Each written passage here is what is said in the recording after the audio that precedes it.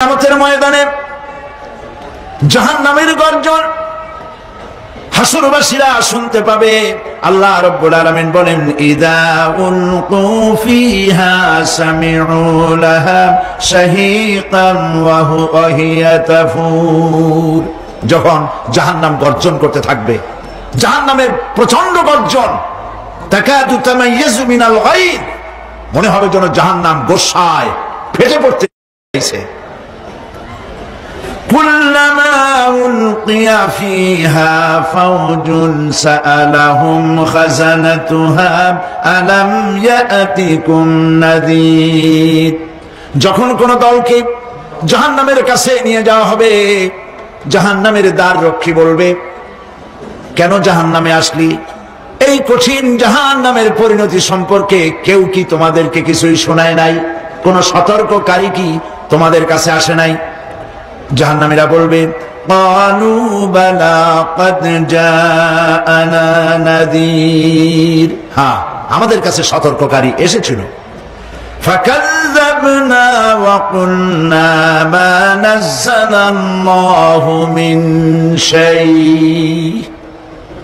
আমরা সতর্ককারী আমাদেরকে জাহান্নামের কথা বলেছে, জান্নাতের কথা বলেছেন, আমরা এটাকে মিথ্যা মনে করেছি আর মনে করেছি আল্লাহ সব কিছুই নাজিল করে নাই।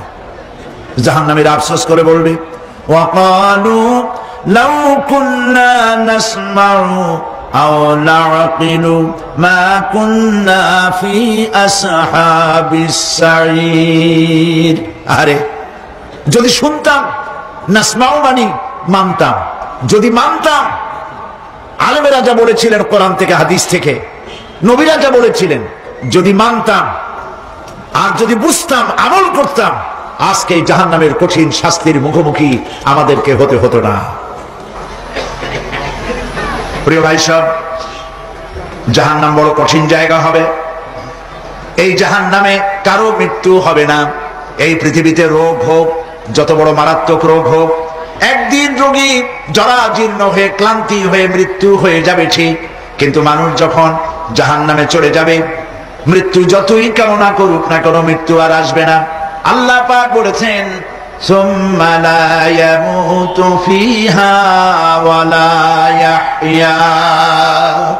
জাহান্নামের কঠিন শাস্তি, মানুষ সেখানে বাঁচবেও না, মরবেও না, এমন এক দুরবস্থার মুখোমুখি হতে হবে পৃথিবীর মানব মণ্ডলীকে, কাফেরদেরকে, যারা জাহান্নামে যাবে। জাহান্নামীরা মৃত্যু কামনা করবে, বলবে, আরে যদি মরে যাইতাম। কোরআনে কারীমে রব্বুল আলামিন বলেছেন, লা তাদউ সুবুরান ওয়াহিদান ওয়ালা ওয়াদউ সুবুরান কাসীরা। এক মৃত্যু কামাই করো না, একটা মৃত্যু কামনা করো না।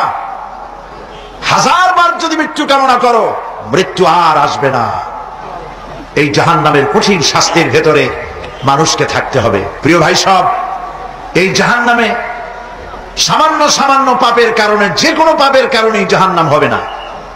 এই জাহান্নামে কারা যাবে তার একটি বয়ান আল্লাহ পাক কোরআন শরীফের মধ্যে বলে দিয়েছেন, একটি আয়াতের মধ্যে।